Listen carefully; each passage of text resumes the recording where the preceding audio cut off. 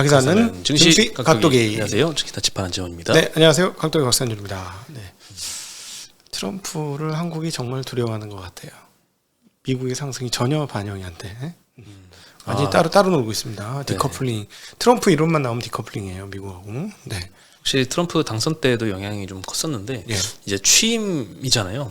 1월 20일 취임이고 오늘 밤 미국장은 또 휴장이라서 네, 내일 어떻게 한국장이 먼저 반영을 할지 모르겠지만 화요일 날 미국장에 대한 좀 우려가 반영이 되는 것 같고 트럼프 취임뿐만 아니라 이제 BOJ가 23일, 24일에 걸쳐서 이제 회의를 하는데 그때 금리 인상을 할 것인가?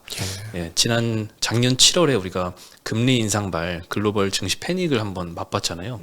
그래서 이제 BOJ를 앞두고 다시 한번 그 공포에 대한 우려가 조금씩 시장에서 거론되기 시작하는 것 같습니다. 근데 아직까지 저는 중요한 포인트는 달러 N 환율이라고 생각을 하는데 156엔이에요. 그러니까 하나도 움직인 게 없습니다. 근데 지금은 안 움직이겠죠. 금리 인상하면 바로 움직이겠죠. 그러니까 이게 저는 150엔 기준으로 150엔을 깨고 내려가면 이건 좀 심각한 문제가 될 것이고 뭐 그렇게 크게 안 내려가면은 그냥 이번에는 그냥 넘어갈 수도 있지 않을까 하는 생각인데 과연 어떻게 펼쳐질지 흥미진진합니다. 네. 아직 시장에서 많이 우려를 하는 단계는 아닌 것 같아요. 그래서 조심할 거면 좀 먼저 조심하고 그냥 뻐기고 갈 거다 그러면 그냥 가야죠. 근데 조금 조심해야 되는데 너무 조심 안 해서 그게 조금 걱정이네. 지난번에도 뭐 그냥 크게 걱정 안 했었잖아요. 아무도 조심 안 했죠. 네, 걱정 안 하면 항상 큰일이 벌어지고 걱정하면 별일 없거든. 근데 금리 인상을 해야 되는 상황인데 너무 얘기가 없네요. 네. 그렇습니다. 뭐 오늘 코스피는 제자리였습니다. 근데 2,520포인트로 아직 2,500선을 잘 유지는 하고 있어요. 코스닥은 0.4% 상승을 했습니다. 오늘 시장이 전반적으로 좋은 건 아니었는데 2차전 지주들이 좀 급등을 하면서 코스닥에 좀 상승을 많이 영향을 줬습니다. 시장 분위기가 썩 좋은 건 아니었습니다. 2차전 지주들이 시장을 끌었고요. 네, 오늘 외국인은 코스피에서 4천억 팔고 코스닥에서 1,000억 팔았습니다. 샀다 팔았다 뭐 알 수 없게 움직이는 것 같아요. 근데 2차전지를 주로 샀어요. 외국인들이 순매수한 목록에 최근에 항상 하이닉스가 포함이 되어 있었는데 오늘은 없습니다. 삼성 SDI가 250억, LG엔솔 180억, LNF 130억, LG화학, 포스코 퓨처엠, 포스코 홀딩스가 70억, 60억대씩 전부 다 1, 2, 3, 4, 5, 6, 7위가 다 2차전 지주들이었습니다. 오늘 순 매도 많이 하는 건 삼성전자 1,300억. 여전히 삼성전자는 계속 팔고 있습니다. 그리고 LS 일렉트릭 400억, 현대차 400억, 현대 일렉트릭 300억, 한미반도체 270억, HMM 260억. LS 일렉트릭과 현대 일렉트릭은 오늘 좀 조정을 받았어요. 전력기 기주들이. HD 현대 일렉트릭이 어닝 쇼크가 나면서 전반적으로 다 많이 빠졌고 오늘 하루에만 변동성이 엄청 크더라고요. 현대 일렉트릭은 굉장히 아침에 좋았다가 실적 발표하니까 마이너스 막 8% 갔다가 다시 마이너스 1%까지 하락폭 줄였다가 다시 8% 가고 막 난리였습니다. 이게 확실히 주가가 먼저 오른 거는 실적이 안 나오면 꼭 이렇게 충격을 받는 경향성이 있어서 향후에는 뭐 실적이 좋아질 가능성은 매우 높은 거잖아요. 지금 계속 수주가 되고 있으니까. 기대감이 아직 많고 모든 펀더멘탈적으로는 긍정적인 이야기밖에 안 들립니다. 다 괜찮다, 매수 기회다 이런 류의 이야기만 들리고 뭐 매도해야 된다 이런 얘기는 한 번도 못 들어본 것 같아요. 근데 오늘 보니까 이게 2차 전지가 굉장히 얇아졌다. 왜냐면 100억을 산 것도 아니고 몇십억 산 걸 가지고 주가가 막 꽤 많이 오르고 뭐 LG 에너지엔솔 같은 경우는 시가총액이 수십조짜리 회사인데 한 100몇십억 샀다고 주가가 이렇게 오르고 뭐 외국인이 영향이 오늘은 뭐 크지 않았을 수는 있겠죠. 근데 LG 2차 전지가 이제 바다콜이 또 23년도에 굉장히 좀 전망을 안 좋게 했던 유진투자증권에서 바닥콜을 하면서 오늘 좀 시장에서 영향을 줬던 것 같습니다. 그러니까 제가 말씀드리고 싶은 건 많이 산 게 아닌데 그렇게 많이 산 건 아닌데 순매수가 외국인은 그렇죠. 외국인. 퍼센테이지 올라간 거는 꽤 많이 올라가서 그렇죠. 특히 대형주 위주로 LG엔솔, 삼성 SDI가 많이 올랐죠. 그러니까 매도의 어떤 그 폭이 되게 얇아진 것 같다 이런 느낌이 조금 드네요. 이제 말 사람 많이 팔았나 보다. 그 유진투자증권 리포트 먼저 말씀드리면요. 일단 에코프로 BM 같은 경우에는 2분기부터 흑자 전환할 것이다라고 보고 있습니다. 무려 한 1년 만에 투자 의견을 바이로 상향을 시켰어요. 에코프로 BM의 영업이익은 올해 24년도 4분기, 작년 4분기에 마이너스 210억 정도 나올 것이다라고 전망을 했고 올해 1분기에 마이너스 46억으로 적자 규모를 조금 줄이고 2분기에는 플러스 135억으로 흑자 전환을 좀 본격화할 것으로 보고 있습니다. 그래서 25년도를 좀 턴어라운드하는 기점으로 좀 보고 있고요. 네. 매출액 같은 경우에는 장기 성장 기조를 이제 이어갈 걸로 보고 있는데 25년은 3.6조, 27년은 7.7조, 2030년쯤에는 20조가 넘을 것이다라고 보고 있습니다. 앞으로 2030년까지 계속 우상향 달린다라고 보고 있네요. 24년도가 한번 전기차가 제대로 한번 쉬었어요. 네. 그래서 제가 보기에는 25년도까지 계속 전기차가 쉰다, 그것도 보장할 수 없는 것 같아서 오히려 저는 이게 방향성은 맞을 거라고 생각하기 때문에 24년 한번 접었으면 25년도엔 또다시, 예를 들어서 지금 유럽이 가장 그 키워드라고 보여지는데 중국 업체들이 유럽에 팔려고 굉장히 노력을 많이 하잖아요.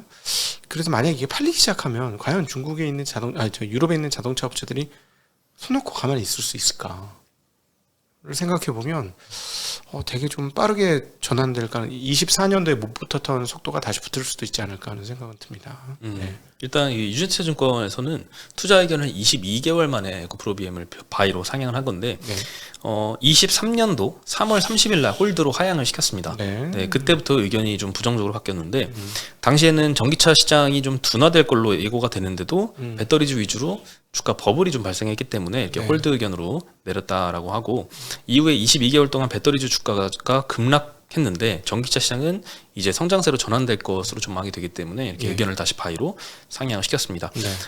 미국과 유럽에 대한 지나친 우려는 또 필요 없다라고 강조를 했는데 트럼프의 보조금 폐지 우려, 이것도 상당한 우려로 작용하고 있죠. 그리고 EU의 탄소 배출 규제가 완화되는 것, 이게 참 우려 요인인데 과도하게 좀 우려가 좀 팽배해 있다라고 진단을 했습니다. 22개월 전에는 시장 둔화 우려가 있었는데 시장이 이걸 과소평가했거든요. 막 달린다라고 했는데 이제는 시장이 과도하게 좀 우려를 하고 있다라고 판단을 한다고 합니다. 네, 그래서 트럼프가 전기차 보조금을 실제로 낮추더라도 성장 속도의 부분적 완화에 그칠 것이고 구조적 성장 구도를 깨지 못할 것이다라고 전망을 했습니다. 그래서 에코프로비엠이 오늘 6% 반등을 했고요. LG엔솔도 거의 6% 상승했습니다. 삼성 SDI는 4% 상승했고 LNF는 거의 9% 올랐고 금양 포스코홀딩스 5% 4%씩 솔루스 첨단 소재는 20%나 급등을 했습니다. 네, 그리고 오늘 2차전지만큼 상당한 시장의 변동성을 야기했던 게 현대일렉트릭 실적 4분기 쇼크였습니다. 이렇게까지 실적이 못 미칠 거라고는 어디에서도 예상을 못했던 것 같아요. 다 시장 컨센은 다 상회를 할 거다라고 봤던 것 같은데 생각보다 안 나왔습니다. 일단 LA 산불 난 이후에 이 전력기기 관련된 수요가 좀 올라갈 거다라고 지금 시장이 기대를 해서 그 사건 이후로 좀 상승세가 좀 있었던 것도 있거든요. 근데 오늘 보니까 LA 산불 관련해서 뭐 수혜 기대로 올랐던 회사들이 전부 다 빠졌어요.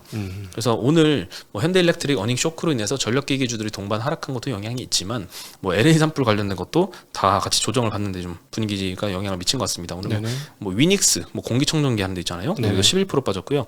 제일일렉트릭도 6% 빠졌고 K웨더도 3% 빠졌고 전반적으로 다 하락을 했습니다.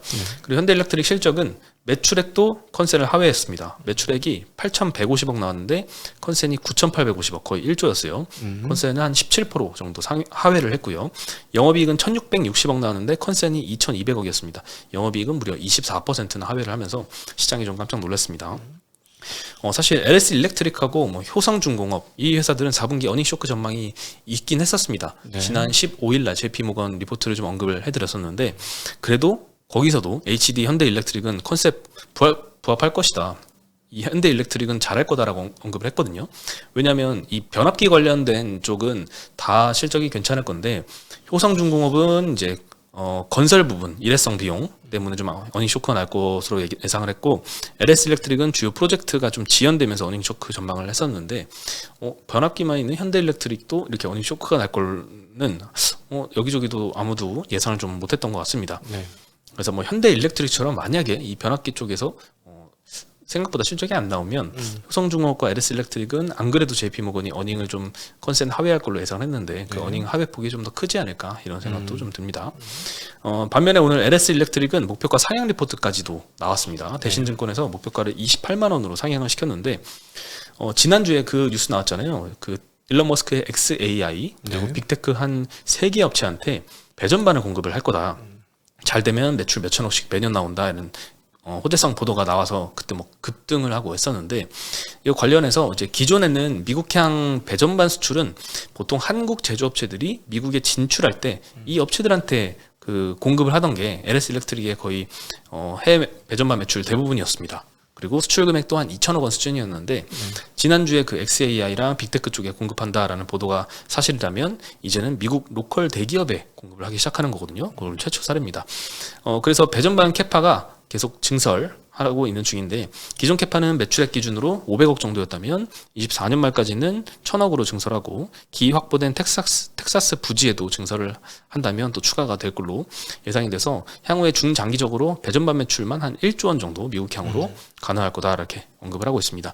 물론 지난 실적이 있는 지난 3분기까지는 북미 매출 비중이 한 20% 정도 밖에 안 됩니다. 다만 이익 성장 속도가 가파른 점을 고려해서 미국 전력기기 업체의 25년 평균 PER인 30배를 적용해서 목표가를 28만 원으로 상향을 시켰습니다. 네. 그래도 한국 회사인데 미국 매출이 20%밖에 안 되는데 미국 전력기기 업체 평균 PER 그대로 쓴 거는 상당히 좀 굉장히 잘 쳐준 것 같습니다. 네네. 네, 오늘 뭐 현대일렉트릭은 오늘 8% 정도 하락을 했고요. LS 일렉트릭도 한 5.6% 하락했고, 뭐 일진전기, 재룡전기, 산일전기, 효성중공업 다 5, 6%씩 전부 다 하락을 했습니다. 근데 어쨌든 그 전년 대비로 4분기는 좀 쇼크일지 모르겠습니다만 연간으로 따져보면 전년 대비는 엄청나게 폭발적으로 증가한 건 분명히 맞죠. 이 회사들이. 그렇죠. 근데 네. 2분기에 실적 잘 나오고 3분기에 감소하고 4분기도 3분기 수준으로 나와서 막 쭉쭉쭉 우상향 갈 줄 알았는데 네네. 그거는 아니었어요. 네. 25년 실적은 계속 수주잔고가 막 올타임 하이를 찍고 있기 때문에 네네. 뭐 향후 장기 실적은 기대가 되긴 합니다. 네네. 네, 근데 이제 너무 많이 오른 점, 그리고 그렇죠. 전력기기에 대해서 저는 항상 그런 생각이 들어요. 모두가 아는 투자 포인트라는 생각이 좀 들어서 그렇습니다. 그렇죠. 네. 주가는 너무 좋고 실적도 우상향할 게 뻔한데 이 투자 포인트를 모르는 사람이 없다는 거, 네. 그게 조금 리스크 요인이 아닌가 이런 생각이 좀 듭니다. 굉장히 급등을 했어요. 이 동네가 전부 다 너무너무 급등을 해가지고 항상 이렇게 왜 우리는 바닥일 때는 마음이 안 가고 고점일 때만 마음이 갈까? 인간 본성인 것 같아요. 그 부분들은. 항상 그 부분들은 염두하시고 고민을 하셔야 될 것 같긴 합니다. 네. 업황은 되게 좋습니다. 내년도까지도 뭐 기대는 되는데 주가는 많이 좋았죠. 네. 그게 항상 그 갭을 어떻게 우리가 잘 연구를 하는지가 중요한 것 같습니다. 네. 네, 그리고 고영이라는 회사는 오늘 상한가를 갔는데요. 뇌 수술용 로봇이 FDA 판매 허가를 획득을 했습니다. 네. 네, 이제 미국 시장에서도 뇌수술 로봇을 판매를 한다고 하고 FDA가 통용되는 미국 이외 시장에서도 판매가 가능할 걸로 보입니다. 이 회사도 되게 진짜 의지의 회사다. 진짜 꾸준하다. 그렇죠. 주가가 많이 하락했었는데 네. 그 소식 때문에 오랜만에 좀 상한가를 했습니다. 같습니다. 네. 잘 됐으면 좋겠습니다. 최근에 로봇주가 굉장히 핫한데 그렇지. 여기도 이제 로봇주로 동참을 한 게 아닌가 싶습니다. 예. 네. 이제 조금 더 안전하게 뇌수술도 좀 받을 수 있지 않을까 싶네요. 이게 필요한 사람들이 꼭 있을 거잖아요. 그럼요. 네. 네, 그리고 오늘 하나마이크론이라는 회사가 급락을 했습니다. 14% 정도 하락을 했는데 지난 금요일 날 장 끝나고 인적 분할한다는 공시가 나왔습니다. 네. 관련된 이제 자료를 먼저 보여드리면 이건 공시 자료인데요. 하나 반도체 홀딩스라는 회사와 하나 마이크론이라는 회사로 나눠집니다. 하나 반도체 홀딩스가 이제 지주사로, 하나 마이크론은 사업회사로 이렇게 바뀌게 되고요. 네. 분할 이후에는 어떻게 될 거냐? 지주사 요건 성립 요건이 지분율 30%입니다. 그래서 지분율 30% 확보하기 위해서 사업회사 지분을 이제 공개 매수 방식의 현물출자 유상증자를 하겠다라고 언급을 했습니다. 저거는 거의 모두 인적 분할하는 회사들이 거의 다 합니다. 네. 네, 저게 바로 이제 공짜로 지배력 강화할 수 있는 방법이기 때문에 저렇게 하는 거고, 이 특히 주주 구성을 보면은 대주주 지분이 특권자 포함해서 26% 정도밖에 되지 않습니다. 그러니까 지배력이 상당히 낮다라고 볼 수 있겠죠. 회사 뺏길 수도 있는 거죠. 네, 그래서 지배력 강화가 상당히 좀 필요한 상황이었고, 보통 이제 내 돈 들여서 이제 장내 매수를 할 수도 있는데 네. 그렇지 않고 인적 분할을 선택을 한 것 같습니다.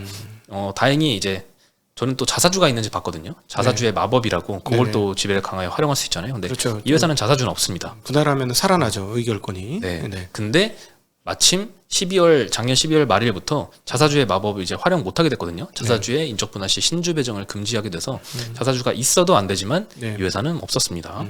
그리고 뭐 공개 매수 현물 출자 하면은 이제 대주주가 보유한 사업회사 지분이 이제 26%를 이제 지주사에 넘기게 되거든요. 네, 현물 출자를 하겠죠. 왜냐면 이제 기존 대주주 입장에서는 사업회사 지분은 필요가 없어요.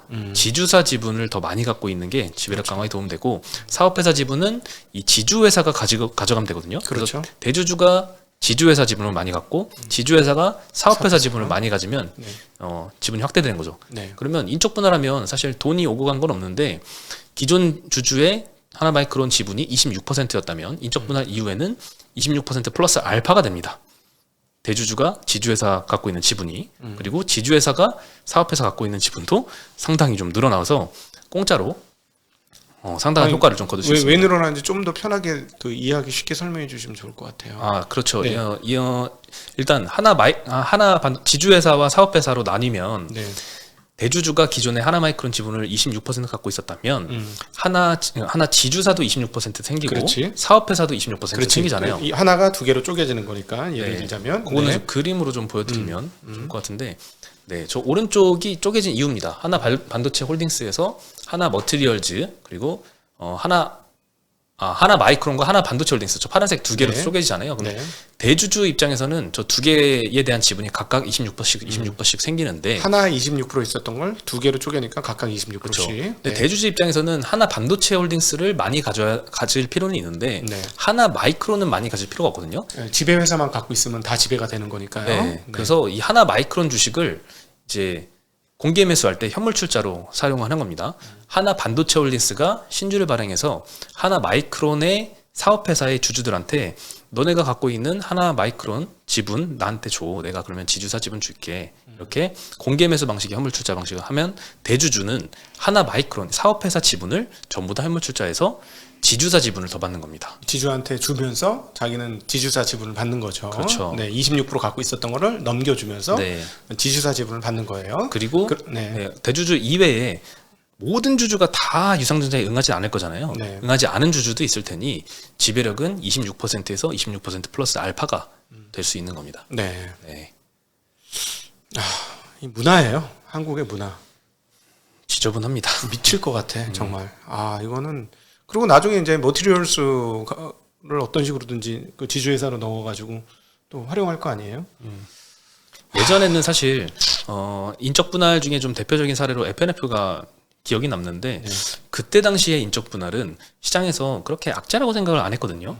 왜냐하면 하나의 회사 안에 굉장히 좋은 성장성 높은 사업부도 있고 그렇지 않은 사업부도 합쳐져 있는데 이 회사가 자금 조달을 하기 위해서는, 그리고 또는 이 인기 없는 사업부 때문에 전체 가치가 조금 시장에서 저평가받기 때문에 이거를 재평가받기 위해서 인기 있는 사업부만 똑 떼서 새롭게 자금 조달을 많이 한다거나 아니면 이게 또 시장에서 가치가 부각이 받으면 전체 존속회사와 신설회사의 두 가지 합산 시가총액은 기존보다 더 커질 수 있을 테니 이게 긍정적으로 작용했었던 때도 있었는데 요즘에는 조금 투자 문화가 바뀌었죠. 그래서 대주주의 지배력 강화를 위해서 너무 활용되는 게 아니냐는 지적이 좀 거세지면서 인적 분할 자체에 대해서 시장에서 좀 악재로 판단을 하는 것 같습니다. 그래서 오늘 주가도 많이 떨어졌죠. 저기 이제 두 개가 다 상장되면 이제 어떻게 되냐면은 사업회사는 돈을 좀 벌어서 숫자가 잘 나오고 지주회사는 거기서 받아서 로열티만 받고 뭐 이렇게 하니까 숫자가 제대로 안 찍힐 거잖아요.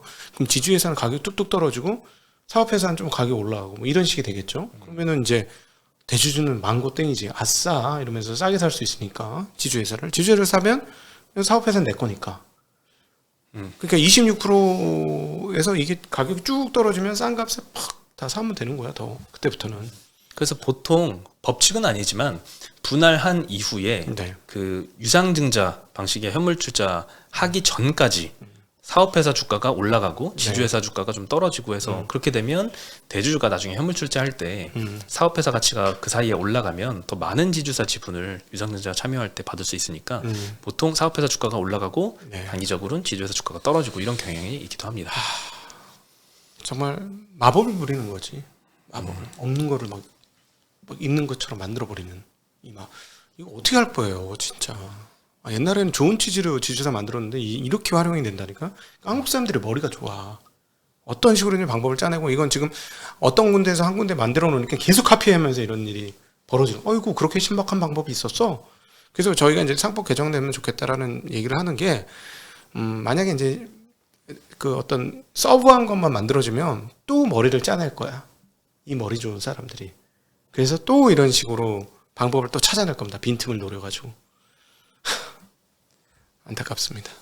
네.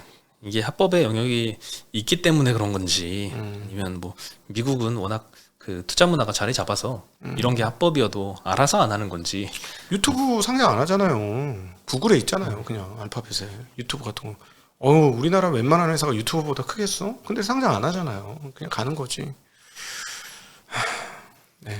네. 어쨌든 뭐 이 회사가 굉장히 좋은 회사이기 때문에 계속 앞으로 사업을 잘 하면 인적 분할을 했더라도 주가가 이렇게 둘 다 좋아질 수도 있지만 일단 이 건만 놓고 봤을 때는 기존 주주들 입장에서는 조금 실망 요인으로 작용을 하는 게 맞는 것 같습니다. 한국 전통은 지금 그렇습니다. 지주회사는 주가 떨어져요. 대주주들이 원하는 대로. 보통 사업회사만 주가가 정상적 비슷하게 가고요. 지주회사는 가격이 다 대부분 떨어집니다. 보시면 아시겠지만 특별히 이제 이런 기술 기업들은 훨씬 더 심해요. 사업회사는 숫자가 나오기 때문에 그런 대로 뭐 밸류에이션 대비 뭐 저저저 이렇게 시가총액 받는데 뭐 심지어 이런 경우도 있어요. 그 사업회사는 대비 지주회사가 10분의 1 가격에 거래되는 경우도 있어요. 그럴 수 있죠. 예, 그러면 지주회사만 다 먹으면 10배짜리를 자기가 끌고 가는 거예요. 세상 쉽네. 좋아. 아주 좋아. 대주주한테 좋은 나라야. 상속하기도 싸게 넘길 수 있으니까 좋죠. 10배짜리 회사 그냥 상속세 50% 내면 어때? 10배를 먹는데 그죠? 좋아. 아주. 근데 이런 생각은 안 하네. 굉장히 키워가지고 뭐 미국의 기업처럼 엄청나게 키워가지고 뭐 세금을 많이 낸다고 해도 몇 배나 사이즈가 커지는 그런 쪽의 생각은 안 하고 자꾸 축소지향이네요. 보면. 그렇죠. 이게 사실 기업의 영역에서 벌어지는 일이라서 잘 이렇게 들여다보지 않으면 와닿지는 않은데 예를 들면 내가 100억짜리 부동산을 갖고 있는데 이걸 아들한테 싸게 증여하고 싶다. 그냥 증여해버리면 예를 들면 50억 세금 내야 되니까 아까워서 이걸 분할을 해버리는 거예요. 그래서 지주회사를 통해서 100억짜리 부동산을 갖는 구조로 하고 그 지주회사는 상장이 되어 있는데 주가를 막 눌러가지고 100억이 아니라 시가총액 막 30억짜리로 만들어버리는 거죠. 그렇죠. 그러면 나는 이 지분, 지주사 지분만 아들한테 물려주면은 100억짜리가 아니라 30억만 상속 증여가액으로 산정이 돼서 세금 엄청나게 절세할 수 있는 방안이 주식시장에서는 너무나 그렇죠. 합법화된 상태이기 때문에 이 코리아 디스카운트의 가장 핵심적인 요인이죠. 저는 계속해서 문화의 문제라고 생각합니다. 뭐 상속세 싸게 해주면 이 문화가 바뀔까요? 잘 모르겠는데. 잘 모르겠어. 아니, 이 정도 문화면 상속세 싸게 해준다고 해도 뭐 받아들일까? 아니 100억이 아까운 사람이 50억은 안 아꼈겠어? 그런 생각이 들어요. 당근과 채찍이 둘 다 필요하겠죠. 상속세를 낮춰줄 테니 다른 거를 받아들여라. 뭐 이런 식으로. 네, 안타깝습니다. 여러모로. 네. 네, 마지막으로 대신증권에서 이 BOJ의 금리 인상이 좀 우려된다는 언급을 했는데요. 일단 1월 8일 날 구로다 전 BOJ 총재가 지속적인 금리 인상을 지지를 하는 발언을 하면서 1월 9일 이후에 엔화 강세로 가고 일본 증시가 하락하기 시작을 했습니다. 그리고 1월 14일 날 히미노 료조 현 BOJ 부총재가 조건부 금리 인상 가능성을 시사를 했고 그 다음 날 15일 날 우에다 가즈오 현 BOJ 총재가 동일한 발언을 했습니다. 그래서 금리 인상 가능성이 상당히 좀 높아진 상태인데 1월 23일, 24일 날 금정위가 예정이 돼 있어서 이게 또 트럼프 취임 직후란 말이죠. 그래서 대신증권 추정에 따르면 이 트럼프가 행정명령을 일단 첫날에 할 것으로 예상이 되니까 이 행정명령에 따른 금융시장 불안이 만약에 커진다면 금리 인상을 좀 차후로 미룰 여지도 있는데 만약에 일본 경제가 좀 정상적인 경제 상황에 진입하면서 BOJ는 이제 통화정책 정상화를 좀 추진할 수밖에 없는 상황이다. 이런 점 때문에 뭐 트럼프발 시장 리스크가 막 크지 않다면 금리를 인상할 수도 있다라고 보는 것 같아요. 그래서 빠르면 1월 달에 이번에 하고 하지만 이번에 안 하더라도 늦어도 3월 달에는 금리 인상을 할 가능성이 높기 때문에 그 이후에는 엔화가 강세로 가고 증시가 좀 하방 압력을 받을 가능성을 좀 염두에 둬야 된다라는 전망을 내놨습니다. 그리고 우에다 가즈오 총재가 이렇게 얘기했어요. 경기 개선세가 이어진다면 통화정책 조정과 함께 기준금리도 인상할 것. 이 정도면 일본은행에서 나온 발언 중에 굉장히 강력한 금리 인상 시그널을 준 거예요. 근데 이제 얘기하신 것처럼 어떤 느낌이냐면 얘네들이 겁이 많아가지고 되게 하다가 지난번 8월 달처럼 잘못 되면 어떡하지? 아, 그럼 어떡하지? 뭐 이렇게 있는 느낌을 너무 많이 받아요. 네. 근데 아직 최근에 시장이 뭐 급락하거나 그 우려가 시장에 반영되진 않은 것 같아서 저는 뭐 이게 우려가 된다면 비중을 먼저 좀 줄이는 것도 좋은 방법일 것 같고요. 네. 아니라고 생각하면 그냥 그거 하는 거죠. 환율에서 결판은 날 건데 사실 무조건 올려야 돼요. 지금 저거 인플레이션 상황들 그다음에 이제 국채 금리 이미 오른 거 10년물 30년물 많이 오른 거 보면 보시면 알겠지만 근래 최고가예요. 금리가 그러니까 최고 금리예요. 그러니까 뭐 이런 상황이면 다 예상을 상당 부분 하고 있는데 여기서도 금리를 안 올린다? 진짜 웃기는 거지. 그럼 어떤 생각이 드냐면 만약에 여기서 금리를 동결한다. 원래 저는 내리는데 한 7, 8할 겁니다. 이번에는. 왜냐면 발언을 그렇게 했기 때문에. 근데 만약에 이번에도 금리를 안 내린다? 야, 얘네는 조금만 하면 금리 못 내리겠군 하면서 의외로 엔화의 약세가 굉장히 크게 베팅 나올 가능성도 있지 않을까 하는 생각도 해봅니다. 그리고 또 한국으로 따지면 다음 주부터 설 연휴잖아요. 네. 보통 설 연휴 전에는 용돈 줘야 되니까 인출한다고 주식이 빠지는 경향들이 있었잖아요. 네. 지난 연휴 때도 우리가 이런 이야기 나눈 추석 때는 확실히 경험이 빠져요. 있어요. 네, 추석 때는 확실히 빠집니다. 네. 그리고 뭐 결제일 기준으로 만약에 월요일부터 연휴라면 수요일까지 팔아야 되잖아요. 네. 근데 목요일에는 결제일 기준으로 이미 끝났는데 왜 지금도 팔지? 이런 얘기 했었던 기억이 나요. 네, 네, 지난주에 네. 지난 연휴 때. 네. 근데 이번에도 또 그렇게 작용을 한다면 그것도 좀 변수일 것 같아요. 추석 때는 항상 빠진 건 맞아요. 거의 높은 확률로 빠지는데 설날은 애매하네. 기억이 조금 삼삼한 거 봐서는. 네. 여러 가지 우려 요인이 좀 있긴 한데 잘 네. 무사히 지나갔으면 하는 바람입니다. 네네. 네, 저희는 내일 다시 인사드리겠습니다. 네, 안녕.